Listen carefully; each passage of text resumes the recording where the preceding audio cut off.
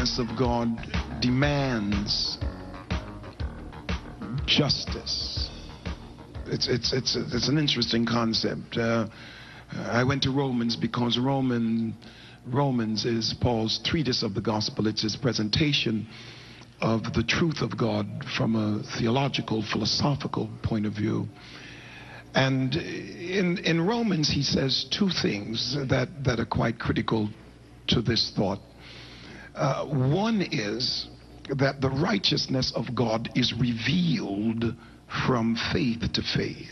And this righteousness now becomes the right attitudes of God's expression are shown us as we believe him. On one level, he deals on one level with us, and as we deal on a greater level, he shows us greater things and deals on a greater level. And so faith in God becomes the criteria for which God reveals his mighty, powerful, wonderful gifts. But the writer in the very next verse in Romans 1, this is Romans 1, and I think I just did 16, 17, and now 18.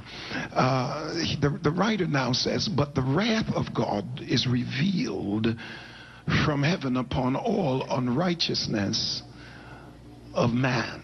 And of course now you begin to wonder, as he speaks here, how is it then that in God there is both love and in God there is wrath? And the word wrath here is actually the word orge, and it's an anger that sort of seethes. It does not burst loose. It's very calculating.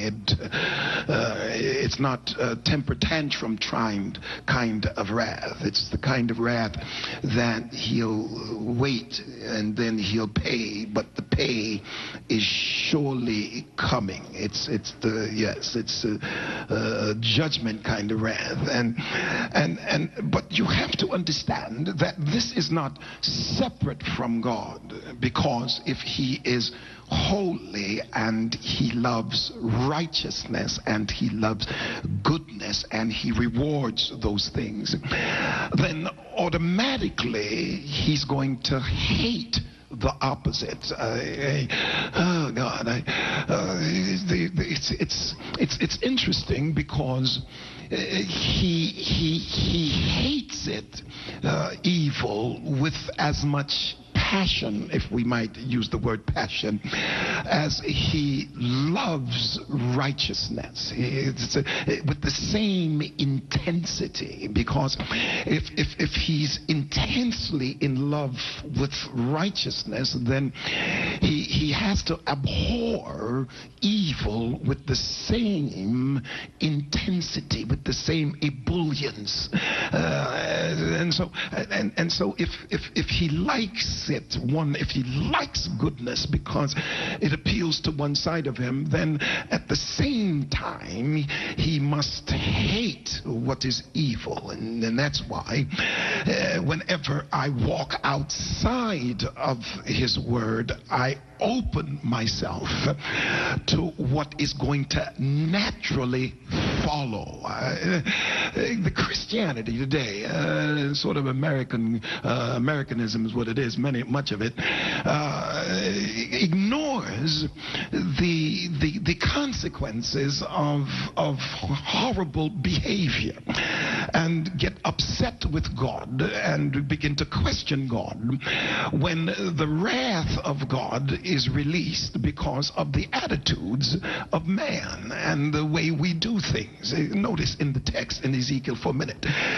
If you notice, much of what he is saying here as it relates to following and walking with God in Ezekiel, if you notice, much of it here is oppressing anybody withholding the pledge, spoiled by violence, being selfish, not giving bread to the hungry, not covering the naked, taking your hand off the poor, not receiving, not taking a lot of usury or a lot of interest when you help somebody. Now notice, it is here that God is not asking you to do anything really for him. He's just asking you to be good to the person around you. What has happened here is we are arguing, and the question I'm answering, and I might answer it next week too, is it relates to why does tsunamis happen, and why does tragedy come, and why do we go through horrific things? And the answer is, if I walk outside of the will of God, then things are going to follow me that are negative. I can't surround myself with negative people who do negative things, and we all just indulge in the negative, and I end up with positive results. It's not going to happen because on the other side of the love of God, there is the wrath of God, because God hates the evil that we do, and he has to bring with that evil that we do a judgment upon us, so that we understand that all of our actions carry with it consequences, and if I do the action, then I'm going to have to face the consequence. I don't want to face consequences. I just want to do the action. But what God is saying to me is, I can't help the consequences, because the consequences flow naturally out of your action. You can change your consequences if you change your behavior. And maybe that's what we ought to give God some thanks for. And that is that if I change my behavior, he'll change the consequences, because he is that kind of God. What has happened then is, if you check the Ten Commandments, you will note that much of the Ten Commandments deal with how we treat each other. And I'm here to tell you that I'm not as afraid of nature as I am of people. I wish I could preach this thing like I feel it. Maybe God will touch my back in a minute. It's people who have caused people the greatest tragedies of life.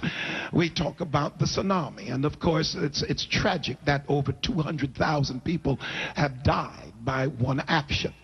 But notice that 17 million people died in World War II.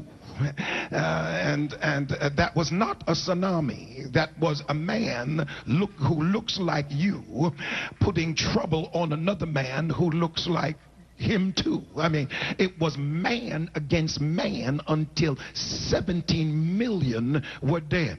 There are 20 million bodies floating in the Atlantic, somewhere between Africa and America, and they all died in the slave trade.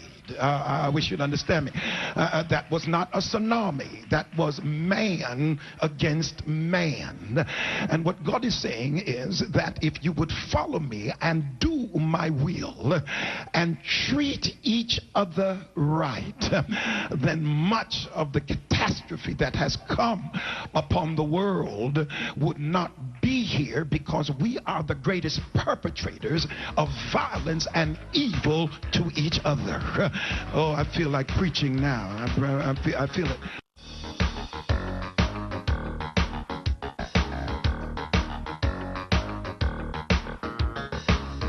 Jesus was against the devil, and he had power over the devil. If you go to the garden, you will see that Jesus had to face God, and it was infinitely harder to face God than it is to face the devil. Because in the garden, he had the complexity of his humanity and his divinity at war, because now he had to do the greatest thing that God has ever required or asked anyone to do in the earth, and that is to die a substitutionary death for everybody else, so that God's love could put a check on his wrath and turn man's circumstance around. It was here Jesus had his greatest victory, because Jesus feared God more than the devil, and everybody here should. And the reason is, if you listen carefully, here's what John says. He says, fear not them which kill the body, but are not able to kill the soul, but rather you ought to fear him which is able to destroy both soul and body in hell. Oh God, I hope you get this. The fear here is phobos from the Greek, and that is that which may cause flight, that which is caused by intimidation. And what the Bible is teaching is that God intimidates to the spirit, not just to the body, but he intimidates all the way down to the spirit. Because when it comes to dealing with God, there is absolutely nowhere to hide. Oh, I feel this thing. I'm talking to somebody here today that understands it's one thing to wrong God, but it's another thing to feel like God has wronged you. We have always wronged God, but God has never wronged us. I got to preach this thing. The psalmist, he made a point. He said, whither shall I go from thy presence, or whither shall I flee from thee? He said, if I ascend up into the heavens, thou art there. If I make my bed in hell, thou art there. If I take the wings of the morning and I fly and dwell in the uttermost parts of the sea, thou art there. So that means I can't get away from whatever I do, because God will make sure I get the pay for what I do. Now, many theologians and Christians want to deny this aspect of God's character. In fact, I have looked, and some philosophers think it's a blemish. Some don't even want to think about it at all. Some only mention it with resentment, and others, of course, harbor the delusion that God's wrath is not consistent with his goodness. But every other aspect, one writer says, Arthur Pink, he says, like every other aspect of God, God is not embarrassed about it. God, in fact, is extremely vocal and very enlightening about his wrath, unquote. God's challenge is before us, and here is his challenge. See now that I, even I, am he, and there is no God with me. He says, I kill and I make alive, I wound, I heal, neither is any that can deliver out of my hand. For if I lift my hand up to heaven and say, I live forever, if I would judgment and vengeance on my enemies, and will reward them that hate me. Now that's God talking. And what God is saying, there's no other God here but me.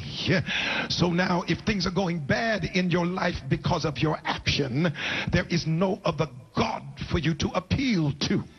You can't stop it. It doesn't matter who your prayer partner is. If God is bringing your consequences upon your head, there is no way to stop it. And that same God, when he reverses the curse and he begins to bless your life, there is no other God to stop it. I feel this thing. And that's not the only place. There are many, and there are much more references actually to the anger of God and his wrath than there is to his love.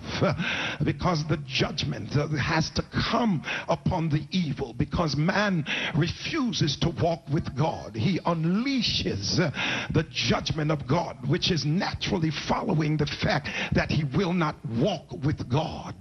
That's why the Bible says that God judges the righteous and is angry with the sinner every day. And this Hebrew word anger refers now to the nostril, the part of the body, the nostril, the apium in the Hebrew, and it's the nostril that flares, and it's an act of breathing. The emotions express. The nose dilates in anger, and God is said to be long of anger, and that takes me to the word orge, and it speaks of God taking a deep, long breath as he holds his anger in abeyance. And the anger of God is always related to the sin of the people, which pains him deeply, and sin offends and wounds him, and it sends him and wounds his love, and now he responds to this with divine anger.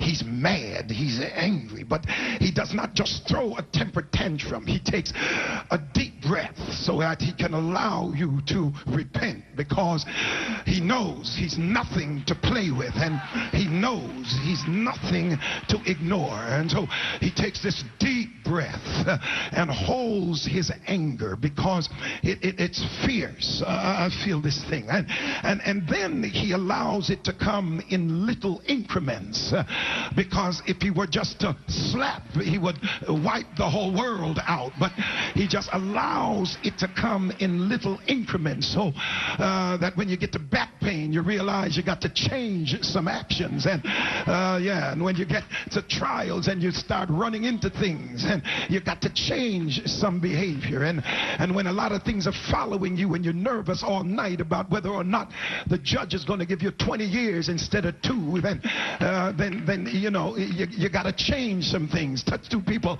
say you just got to change some things. You want a better future, you got to change some things in the present. You want power tomorrow, you got to change some things today. You want to overcome some things tomorrow, you got to resolve it in your mind today, because God took a deep breath when he saw what you did last night, and he saw what you did last week.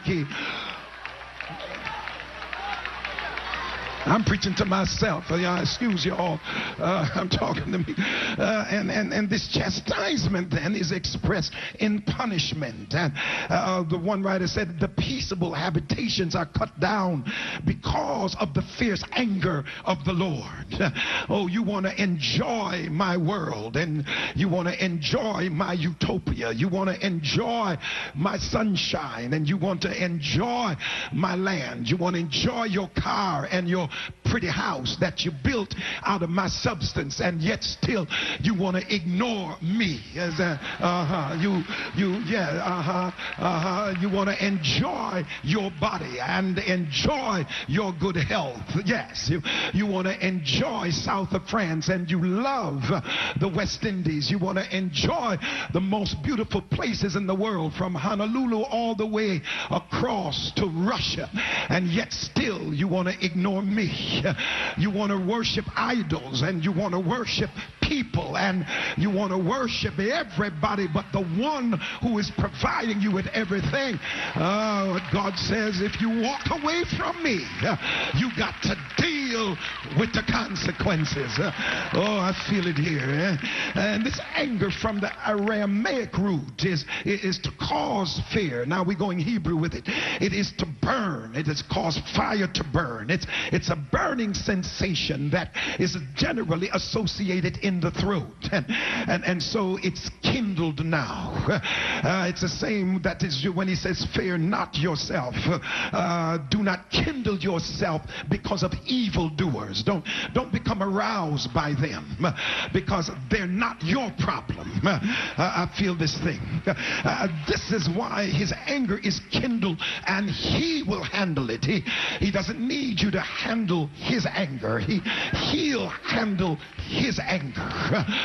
That's why he says, I need you to praise me and you to worship me, and don't try to pay anybody back, because vengeance is mine. Oh, I feel it. I will repay. That's why you don't get upset when folk mistreat you, because you know who you are. You are a child of God, and so now I don't have to worry about who has got my back. God's got my back, and God said, don't get upset when they bother you. Just keep on praising me, because I'll take care of the folk who don't like you. I'll take care of the folk who can't stand you. It ain't nature I'm worrying about. I wish I could preach. It's folk that's got the trials coming our way. It ain't nature. I ain't worried about the earthquake. I'm worrying about people that you got to face every day and deal with every minute. I feel like preaching now. Oh, God, I feel your help. Give somebody a high five and say, it's people that have cursed our world. It's people who mess up our lives. It's people. I wish I could preach this thing like I feel it. I'm going to preach it again when I feel better. It is here now. We've got to understand that the things here that bring on the judgment of God is actually our attitude towards one another. And this is why this wrath is consistent with his love and holiness, because he is totally powerfully loved, but at the same time he hates what he hates. How could he be the total sum of perfection and not hate imperfection? I wonder, do you understand what I'm saying? How can he love what's good and not hate what's bad? How can he smile on good behavior and not frown on evil attitudes? And if you check the commandments, you will find that 60-40, they don't relate to worshiping God, but 60-40, they relate to how we deal with each other.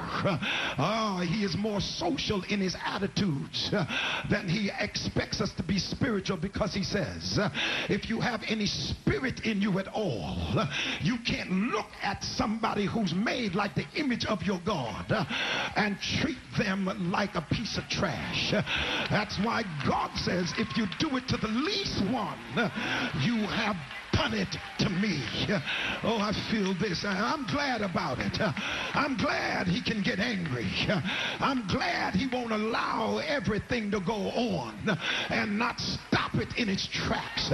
Because if he was any other kind of God, somebody would have wiped you out a long time ago. This country needs a conscience. Oh, I wish I could preach this thing.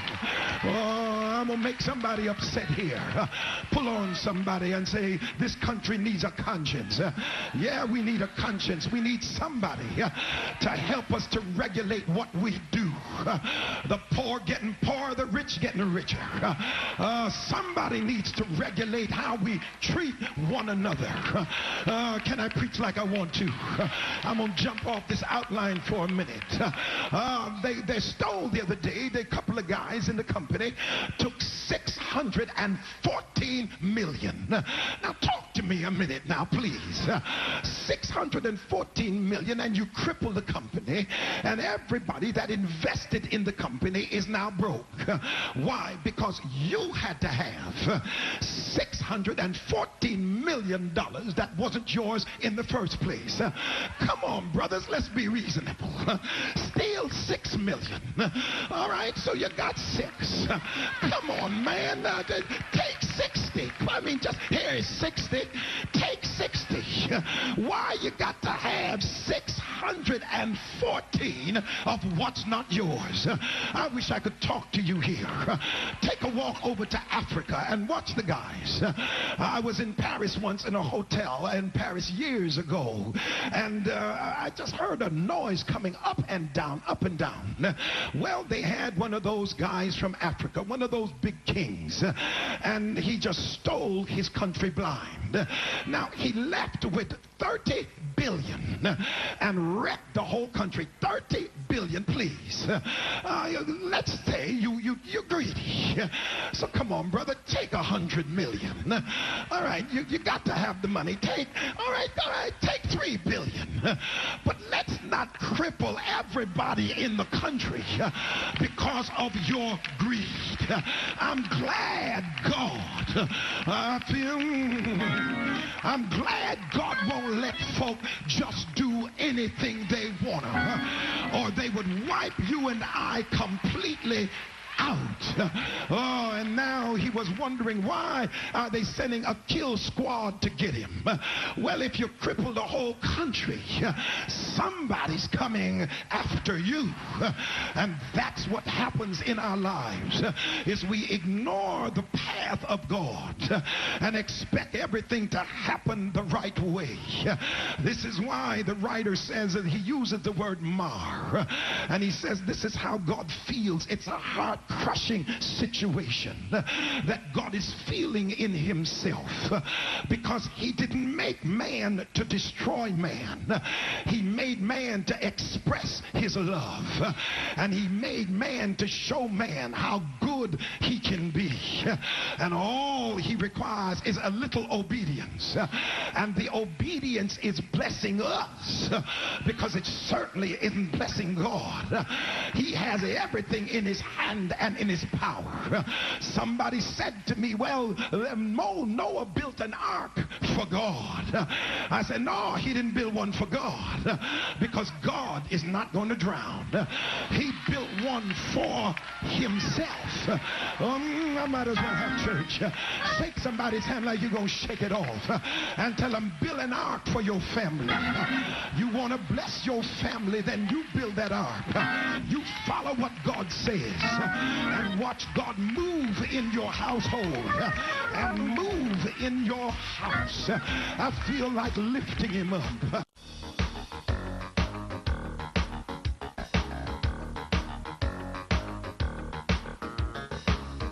It is this revelation of the wrath of God, because the holiness of God demands it, and the wrath of God is eternal detestation. I mean, God will destroy everything that is not like him, and this is why the wrath of God brings with it this authority of God that says, you have violated my sovereignty, and I have a right to stand up for my sovereignty. I have not sent you in this earth to mistreat the people who look like me and do whatever you want, but I want you to love your neighbor as yourself. I'm sick of church folk who want to talk like they love God, but don't stand nobody else around them.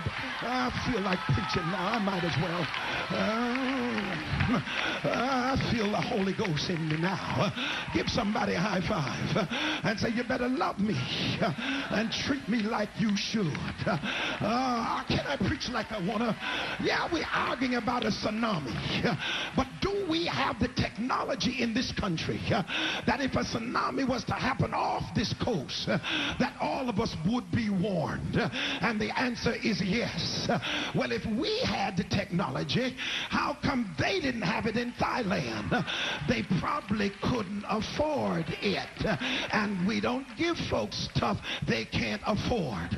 We're throwing medicines away all day, and yet still we got a continent full of dying folk in Africa, and our medicine could make their lives better, but they can't afford it, because all we run on in this country is money.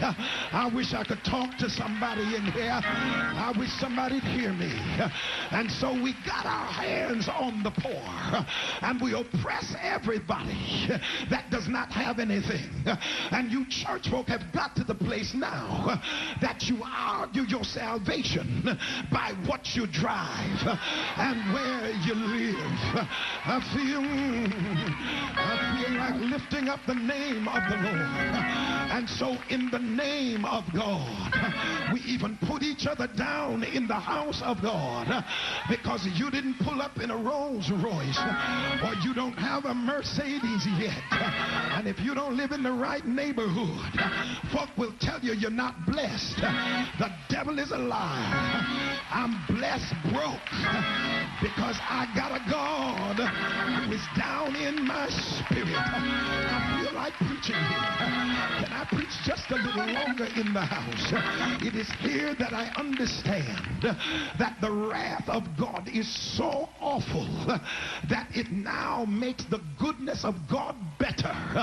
Because if the wrath was not awful, then the goodness of God would be mediocre. But when I look at the wrath side of God, and then I look at the love side of God, and the love side of God outdoes the wrath side of God, because God in his infinite wisdom, because he knew how he feels about sin, he sets his son up in the middle of our world, and he breaks him into little pieces, and he wrings his son until he's dried of his blood, in order to get me to walk from his wrath into his love. He makes Jesus Christ the sacrifice for me. Can I preach this thing like I feel it?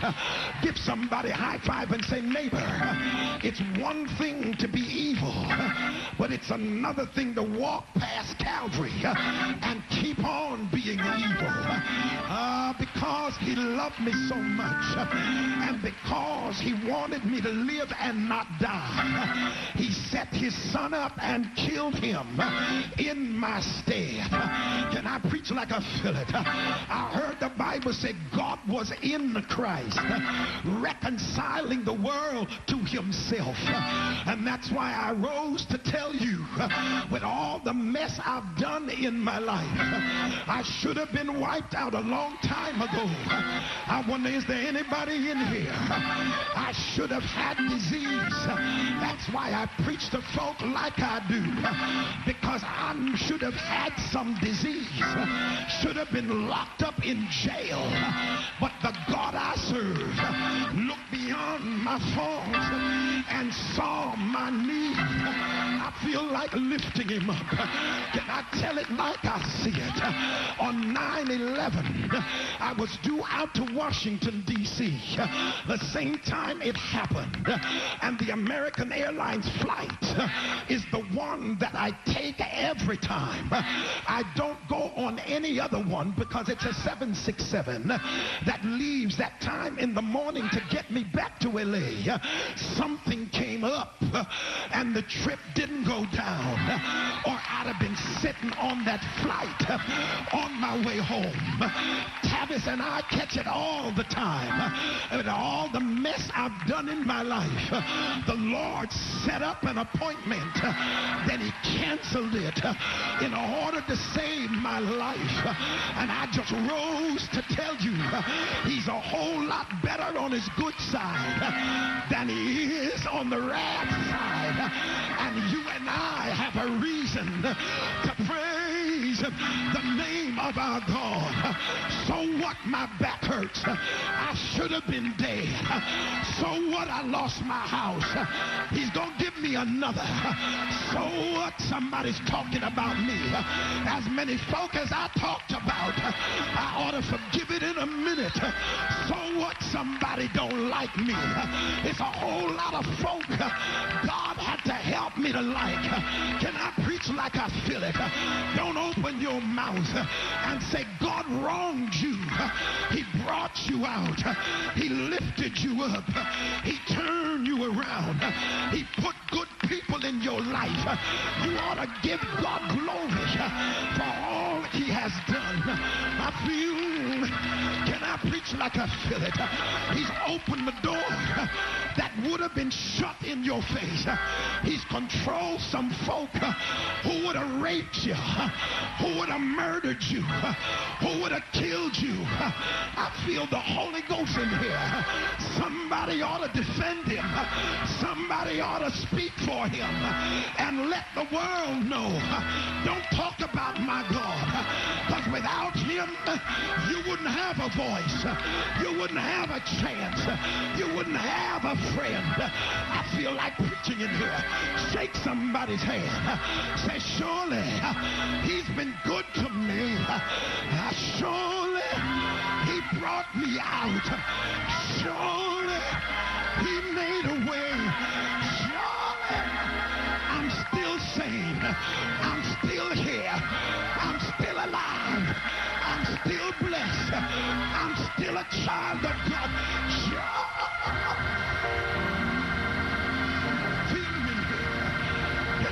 Like I feel it.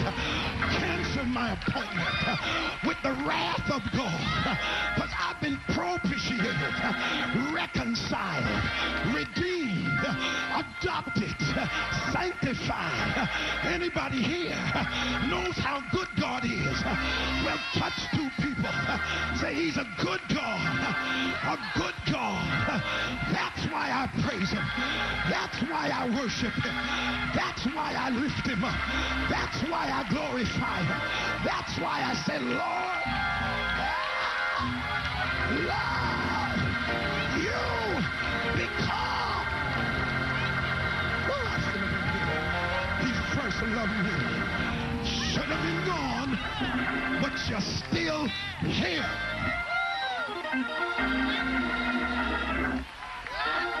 I'm closing. I'm close.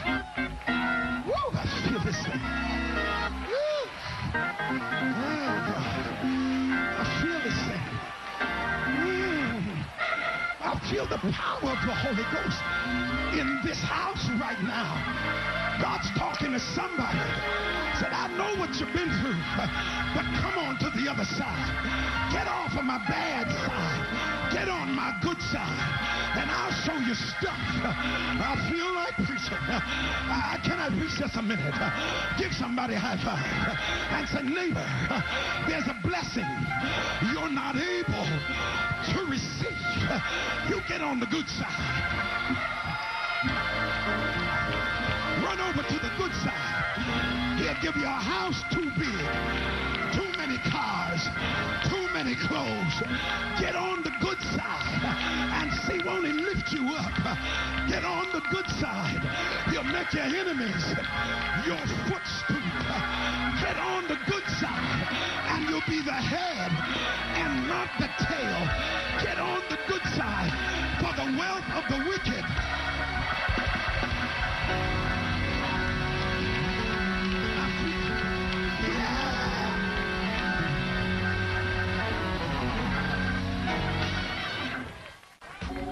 whenever we get what we deserve, we find fault with God. Amen. Whenever we get what we deserve, because for most of us, if not all of us, we've done a whole lot more bad things than good things. I don't want to know your secrets.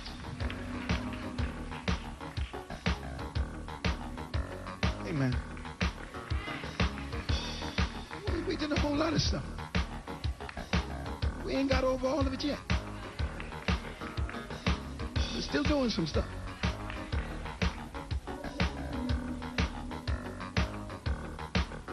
But we don't argue the justice of God when he blesses us with things we don't deserve.